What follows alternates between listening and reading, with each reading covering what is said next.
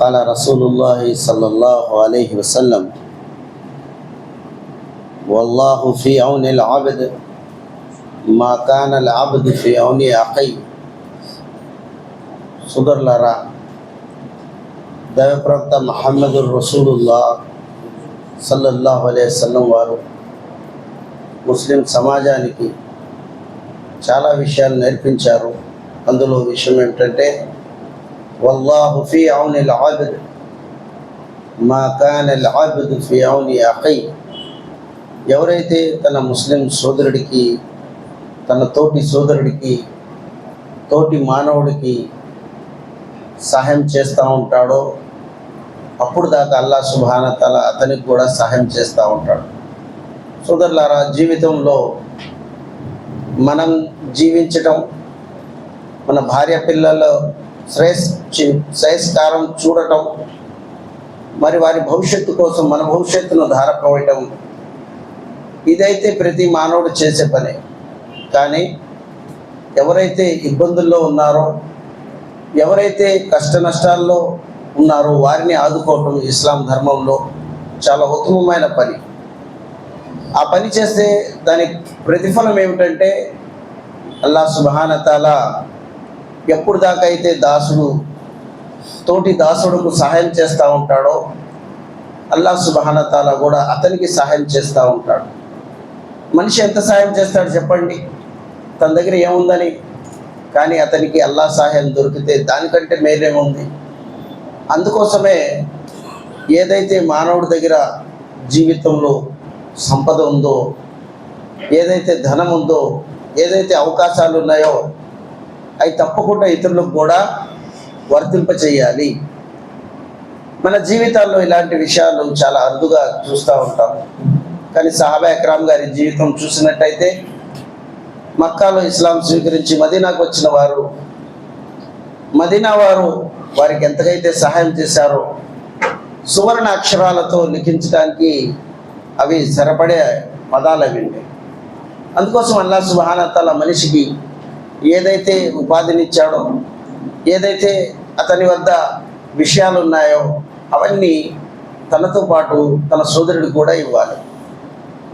దానివల్ల ఏమవుతుందంటే మన దగ్గర ఉన్న ధనంలో అల్లాహ్ మేలును ప్రసాదిస్తాడు. మన దగ్గర ఏదైతే ధనం ఉందో అందులో అల్లాహ్ సుబ్హానహు వ తఆలా మేలును ప్రసాదిస్తాడు. ప్రవక్త సల్లల్లాహు అలైహి వసల్లం వారు ఒక వ్యక్తి వచ్చి అడుగుతున్నాడు, యా రసూలుల్లాహ్ సల్లల్లాహు అలైహి వసల్లం వారు, ఒక స్త్రీ ఉన్నది, 5 పూట్ల నమాజ్ చేస్తుంది, రోజాలు కూడా ఉంటుంది, కానీ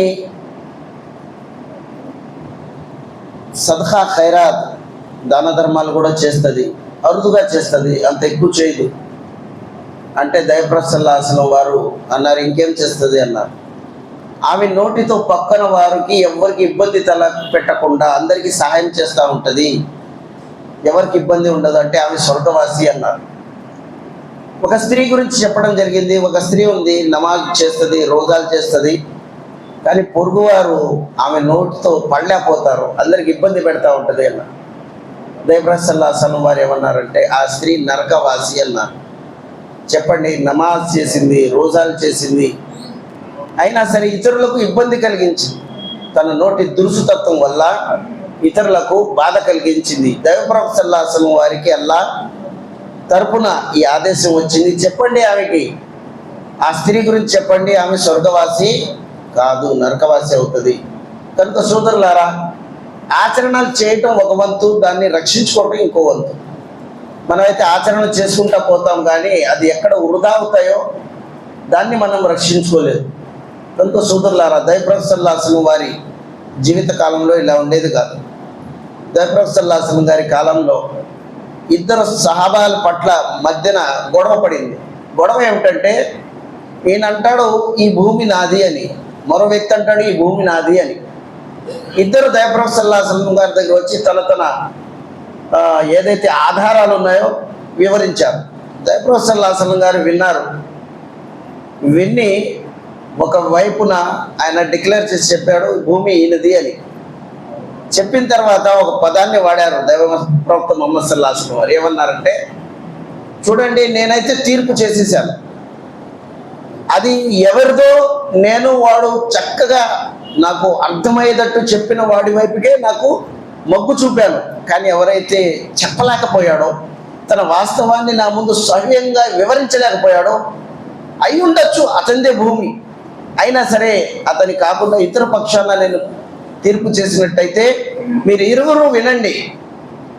ఏ భూమి అయితే ఎవరిదో అయితే కాదో వాడైతే తీసుకొని ఆనందిస్తున్నాడంటే నేను చెప్తున్నాను, అతనికి నేను భూమి ఇవ్వలేదు, నరకంలోనే ఒక గొయ్యని ఇచ్చాను అన్నారు. ఈ పదం ఎప్పుడైతే వాడారో ఆ ఇరువురు కూడా అన్నారు, దైవప్రవక్త సల్లల్లాహు అలైహి వసల్లం గారు నాది భూమి కాదు అన్నాడు ముందు ఆయన. ఇప్పుడే కదా వాదం చేసి సెటిల్మెంట్ కోసం వచ్చారు మీరు. మరొకడు కూడా అన్నారు, ఆయన కూడా యా రసూలుల్లాహ్ ఇది కూడా నాది కూడా భూమి కాదు అన్నారు. వాస్తవానికి అందులో ఇద్దరిలో ఒకరిదైతే ఉండాలి కదా. కానీ ప్రవక్త గారు అన్నారు, నరకం అనే పదం ఆయన నోటితో వాడంగానే ఇద్దరికి ఒళ్ళు జంజరించింది. ఇప్పుడు కూడా చరిత్రలో హదీసులో ఆ భూమి ఎవరితో తెలియకపోయింది. సోదరులారా, జీవితంలో ఇలాంటి మార్పులు రావాలి. కేవలం మనమే నమాజ్ చేసుకొని మనమే ఉద్యోగాలు ఉండి మనకే లాభం అయితే సమాజం ఎవరు లాభం చేస్తారండి? సమాజానికి ఎవరు లాభం చేస్తారు? అందుకోసమే అల్లాహ్ సుబ్హానహు వ తఆలా రంజాన్ మాసాన్ని తీసుకొచ్చి అయిన వారిని పరాయి వారిని అందరికి సాయం చేయండి అని. అంటే బయటోడికి ఇస్తామని అయినోడికి ఇవ్వండి అంటున్నాం. ఎందుకు? ఆడు మామూలుగా ఆడుకోలేదంటాడు. సోదరులారా, వాస్తవం ఇదే. బంగారం, లోహం, ఇనుము రెండు ఒకసారి మాట్లాడుకున్నాయట. మీరు అడుగుతారేమో, జబ్బర్ గారు ఇది హదీస్లో ఎక్కడ ఉందని చెప్పండి అని. హదీస్ కాదు, ఇది అర్థం అవడానికి ఒక విషయం చెప్తున్నాను. బంగారం ఇనుముని అడిగింది, నన్ను నిన్ను ఒకటే శుద్ధితో కొడతారు, కానీ నేను అంతగా ఏడవను, ఎంతైతే నువ్వు ఏడుస్తావో ఏంటి విషయం అన్నది. బంగారం ఇనుముని అడిగింది. ఇనుము ఏమన్నది తెలుసా? నిజమే, నిన్ను కూడా నన్ను కూడా ఒకటే శుద్ధితో కొడతారు, కానీ బంగారాన్ని కొడితే శబ్దం తక్కువ వస్తుందండి. అదే శుద్ధితో, అదే ఇనుము శుద్ధితో ఇనుముని కొడితే సౌండ్ ఎక్కువ వస్తుంది కదా. ఇనుము ఏమన్నదంటే, నిన్ను కొట్టేవాడు నీవాడు కాదు, అందుకోసం నొప్పి తక్కువగా ఉంది, నన్ను కొట్టేవాడు నావాడు, నొప్పి ఎక్కువగా ఉంటుంది. బయటోడు చెప్తే అంత తేడా ఉండదండి, అయినోడు చెప్తే కళ్ళదిల్లిపోతాడు. అయినా సరే ఎంతైతే మనిషి జీవితంలో బాధ కలుగుతుందో అంత ఓర్పు వహిస్తే దానికి ప్రతిఫలం కూడా రెట్టింపు ఉందండి.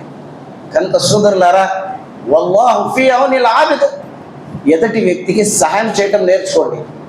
దైవప్రవక్త సల్లల్లాహు అలైహి వసల్లం గారి కాలంలో చూడండి, ఆయనకి ఎంత బాధ పెట్టినా సరే వాళ్ళ ఇంటికి వెళ్ళి సహాయం చేసేవారు. మనం ఉంటామా? నేను చస్తే ఆడ నా శవం మీద నీడ కూడా పడకూడదు అంటాం.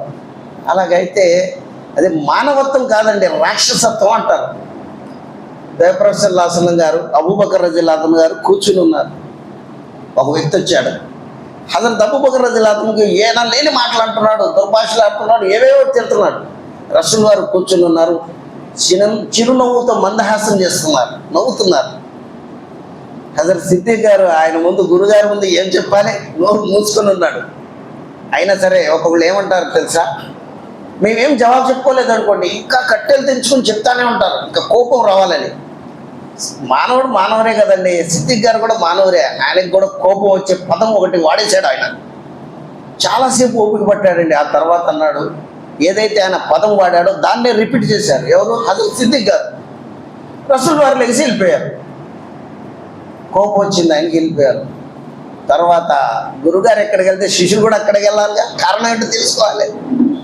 గబా గబా పరిగెత్తుకుని వెళ్ళారు హుజరాలో. యా రసూలుల్లాహ్, ఏం చేశానండి, నేను ఏమైనా తప్పు చేశానా? ఇందాక నుంచి ఆడు మాట్లాడుతున్నాడు, మీరు నవ్వుతున్నారు, కనీసం జవాబు కూడా మీరు చెప్పలేదు. నాకు చెప్పడానికి ధైర్యం లేదు, ఏదో బాధల్లో ఒక ఆడు చెప్పిన పదమే రిపీట్ చేశాను, నేను కొత్తగా నేను అల్లలేదు కదా అది అంటే. రసూల్ సల్లల్లాహు అలైహి వసల్లం వారికి ఆయన చెప్పారు, అయ్యా సిద్దిక్ చూడు, ఎప్పుడు దాకా అయితే నిన్ను అతను బాధ పెట్టే పదాలు వాడుతున్నాడు, అప్పుడు దాకా దానికి జవాబు దైవదూత ఇస్తున్నాడు అయ్యా, నేను చూసి నవ్వుతా ఉన్నాను. ఎప్పుడైతే నువ్వు ఆ మాటను మళ్ళా ఇతరికి చెప్పావో దైవదూత వెళ్ళిపోయాడు, శైతాన్ అక్కడికి వచ్చేసాడు. శైతాన్ ఉన్న చేట నేను దైవప్రవక్తను ఉండనయ్యా. సోదరులారా, తర్వాత అన్నారు, నా అనుచర సంఘానికి చెందినవాడు దుర్భాషలు ఆడేవాడు అయి ఉండడయ్యా అన్నాను. ఒకడి మనసును బాధ పెట్టేవాడు అయ్యి ఉండడు. ఇవాళ చూడండి, తల్లి మనసును నొప్పిస్తున్నాం, తండ్రి మనసును నొప్పిస్తున్నాం, తల్లిదండ్రులతో తెగదెంపులు, భార్య పిల్లలతో తెగదెంపులు. ఎక్కడైతే చూస్తే కోర్టులో కానివ్వండి, స్టేషన్లో కానివ్వండి, ఎక్కడ పడితే అక్కడ కేసులు కుప్పలు కుప్పలుగా తిష్టవేస్తున్నాయి. ఇటు గుళ్ళు పెరుగుతున్నాయి, అటు చర్చిలు పెరుగుతున్నాయి, ఇటు మసీదులు పెరుగుతున్నాయి. అయినా సరే స్టేషన్లో కేసులు కూడా పెరుగుతున్నాయి. కారణం ఏంటంటే మనిషి తన స్వార్థపూరిత జీవితానికే అంకితమైపోయాడు, కానీ తన స్వార్థాన్ని వదిలి ఎదుటి వ్యక్తి వైపుకు ఆలోచించే అంశాన్ని మర్చిపోయాడు. ఇది మూగజీవులు చేసే పనేనండి. అది మనం చేసే అర్థమేముంది దాంట్లో. కనుక సోదరులారా, జీవితానికి ఒక పరమార్థం ఉంటుంది. అదేంటంటే మనం బ్రతకడం కాదండి, చుట్టుపక్కల వాళ్ళకు కూడా బ్రతికే అవకాశం ఇవ్వాలి. వాళ్ళ వల్ల మనకి ఇబ్బందులు కలుగుతాయి, కలగనండి. ఇబ్బంది కలిగితేనే పుణ్యం వస్తుంది. దేవప్రసల్లాసన్ వారు అన్నారు, ఆ వ్యక్తి అల్లాహకు ఎంతో సంతోష కలిగించే వ్యక్తి ఎవరైతే జనాల మధ్యలో ఉండి కూడా బాధను అనుభవిస్తూ వారి మధ్యనే ఉంటాడు. ఆ వ్యక్తి కన్నా ఏ వ్యక్తి అయితే జనసంచారాన్ని వదిలేసి వనవాసంలో వెళ్ళి అల్లా అని పూజించేసుకునే ఉంటాడు, అది ఇష్టపడడు. సమాజంలో ఉండాలి. సర్వసంగ పరిత్యాగం చేసి దైవాన్ని ఇష్టపరచుకొని అతను సఫలీకృతుడైపోతే అర్థమే ఉంటుంది. జీవిత పరమార్థమే వ్యర్థమైపోయింది. అందుకోసం జీవిత పరమార్థం ఏమిటంటే ఎదుటి వ్యక్తికి సహాయం చెయ్యటం. ఈ రంజాన్ మాసం కూడా ఇందులో ఏముంది? ముస్లిం సమాజం పస్తులు ఉండండి అన్నారు, ఆకలి బాధలు అనుభవించండి. ధనవంతుడికి ఆకలి బాధలు ఎందుకండి? షేకులు ఉన్నారు సౌదీ అరేబియాలో, వాళ్ళు చిటికేసే వాళ్ళ ముందు తినాల్సిన అనేక రకమైన పదార్థాలు, కానీ ఆకలి బాధ వాళ్ళకు కూడా అనుభవించాలి. ఎందుకు? ఒక సాదాసీదా వ్యక్తి, ఒక పేదరికం అనుభవించే వ్యక్తి ఆకలి బాధ ఏమిటి అని నీకు తెలిసొస్తే ఎదుటి వ్యక్తికి ఒక ముందడుగేసి ఆహా నా వంటి బాధ ఈడికి కూడా కలిగింది కదా అని సాయం చేస్తాం. అలాంటి భావన కేవలం ఇస్లాం మాత్రమే మానవుడికి నేర్పిస్తుందండి. ఒక్క మానవుడు కాదు, ఇస్లాంని అనుసరించే ప్రతి వ్యక్తి పస్తులుండి సమాజంలో పేదోడి ఆకలి ఏమిటో తెలుసుకోవాలి అని ఆకలి బాధలు మరి దాహం ఎటువంటి సందర్భాలు తీసుకొచ్చారు. అల్లాహ్తో నేను దువా చేస్తున్నాను, అల్లాహ్ సుబ్హానహు వ తఆలా ఏదైతే వాస్తవమైన జీవితం నువ్వు మాకు వివరిస్తున్నావో ఆ జీవితాన్ని అనుసరించడం మాకు సులభంతరం చేయుగాక. అల్లాహ్ సుబ్హానహు వ తఆలా సమస్త మానవులకి ఇస్లాం అవగాహన మరి ఇస్లాంలోని పరమార్థాన్ని తెలుసుకునే మహాభాగ్యం ప్రసాదించుగాక. ఆమీన్. సుబ్హానక రబ్బిక రబ్బిల్ ఇజ్జతి అమ్మా యసిఫూన్ వ సలామున్ అలల్ ముర్సలీన్ వల్హమ్దులిల్లాహి రబ్బిల్ ఆలమీన్.